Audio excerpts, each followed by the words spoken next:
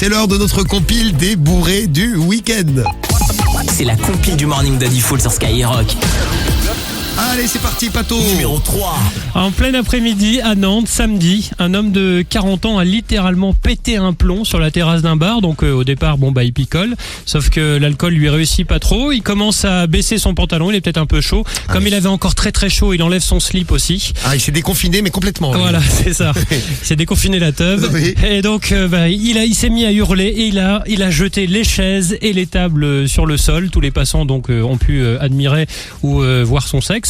La scène a duré un long quart d'heure avant que la police intervienne. Il a été placé en garde à vue. L'exhibitionniste avait 1,2 grammes d'alcool dans le sang au moment des faits. Ah ouais. Et Seulement. Ouais, seulement. Bon, c'est déjà beaucoup, tu sais. Ah oui. Il sera convoqué au tribunal correctionnel le 11 mai 2021. Moi, je dis seulement parce qu'à la place numéro 2, j'ai plus plus haut. 1,2 moi. Ouais. Numéro 2. Ah, ça monte. C'est une dame qui habite à Rouen dans le 42, pas très loin de chez moi. C'est la famille. Et c'est une tante. C'est la famille.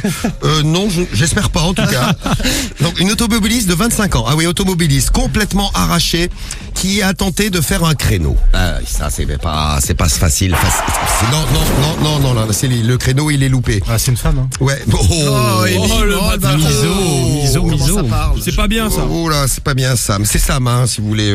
M'insulter. Si vous voyez exactement, profitez-en. Bon, elle a tenté de se garer. Elle a réussi à endommager 6 voitures en stationnement. C'est-à-dire qu'elle a tenté à plusieurs endroits différents. 6 voitures en stationnement. Elle n'arrivait pas à se garer. Conduite au commissariat. Le contrôle a révélé donc un taux de 1,88 grammes dans le sang d'alcool, hein, dans le sang. Bon, elle a été placée en cellule de dégrisement, c'est ce qui se passe dans ces moments-là. Elle a été remise en liberté et elle ne pourra plus conduire puisqu'elle n'a plus de voiture. Hein. Enfin, surtout, elle n'a plus de permis. Ouais, puis ça va lui coûter cher aussi. La voiture non plus parce que la voiture est complètement détruite. Bon, on ne va pas lui dire bravo à elle, mais elle a été quand même battue cette semaine par qui Pato? Numéro 1. Par un nordiste, direction le centre-ville de Douai, et on peut dire qu'il est pas très doué. Il y a un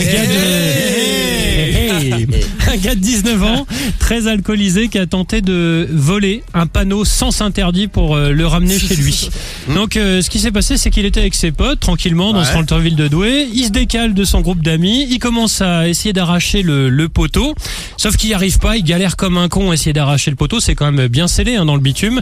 Bon, il a fini à force de persévérance à emporter un bout puisqu'il y a un morceau qui s'est arraché. Bon, ce qu'il savait pas, c'est qu'il y a une patrouille de la BAC qui l'observait discrètement. Pas de chance. Il a été embarqué.